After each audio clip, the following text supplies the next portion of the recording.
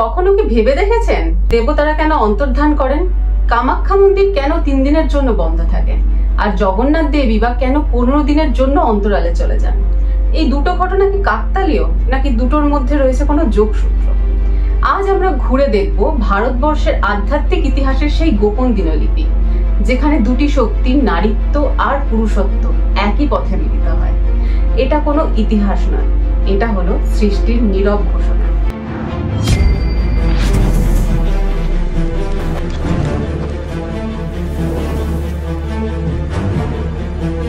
আষাঢ় মাসে শুরু হয় অম্বুবাচীর মেলা। অবস্থান হলো আসামের নীলাচল পর্বতে অবস্থিত কামাখ্যা মন্দির। লোকে মনে করে বা লোক বিশ্বাস অনুযায়ী এটা মনে করা হয় যে এই সময় দেবী নাকি রজস্বলা হন।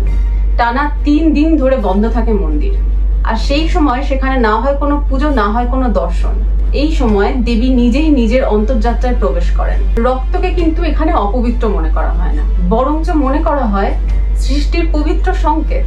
আসলে এই রক্ত থেকেই তো জীবনের উৎপত্তি, আর এই রক্ত থেকেই হয় সভ্যতার উৎপত্তি। তাই অম্বুবাচী ভয় নয় বা উপবাস নয়, এটা হলো নারীত্বের শক্তির প্রতি শ্রদ্ধা।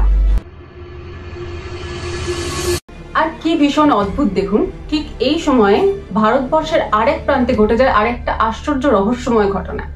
স্বয়ং জগন্নাথ দেব 108 কলস জল দিয়ে স্নান করেন, আর যথারীতি তিনি অসুস্থ হয়ে পড়েন।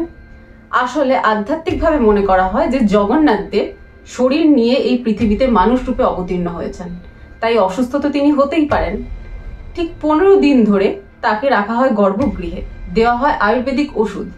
এই সময় না হয় কোনো পুজো, না হয় কোনো উৎসব, বন্ধ থাকে মন্দির। আচ্ছা, একটা কথা ভেবে দেখুন তো, দেবতারা নিজেই কেন দর্শন দেন না? কেন এরকম ভাবে লুকোচুরি খেলেন? এর উত্তরটাও কিন্তু লুকিয়ে রয়েছে সৃষ্টির মূল সূত্রে। বিশ্রাম ছাড়া সৃষ্টি হয় না। আসলে এই দুই শক্তির মধ্যে কিন্তু রয়েছে একটা গোপন যোগসূত্র। এই যে একদিকে নারীর রক্তচক্র, অন্যদিকে পুরুষের বিশ্রাম চক্র, এটা কিন্তু একে অপরের প্রতিপক্ষ নয়, বরং এই দুই ঘটনা একে অপরের পরিপূরক। দেবী নিজেকে অন্তরালে রেখে ধীরে ধীরে প্রস্তুত করেন নতুন সৃষ্টির জন্য। অন্যদিকে পুরুষ নিজেকে স্তব্ধ রেখে প্রস্তুত করেন সেই সৃষ্টিকে ধারণ করার জন্য। নারী শক্তি আর পুরুষ শক্তি, এরা কিন্তু আসলেই কোনো বিপরীত শক্তি নয়, বরঞ্চ একই স্রোতের দুই বিপরীত মুখ। যোগ আর ভোগ যেখানে এক অনন্ত রহস্য।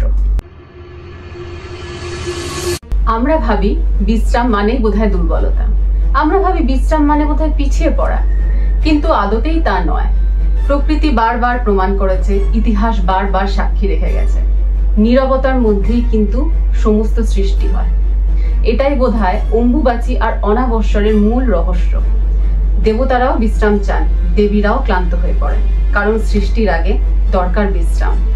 আসলে কি জানেন, এই সৃষ্টি শক্তি আমাদের সবার মধ্যে রয়েছে।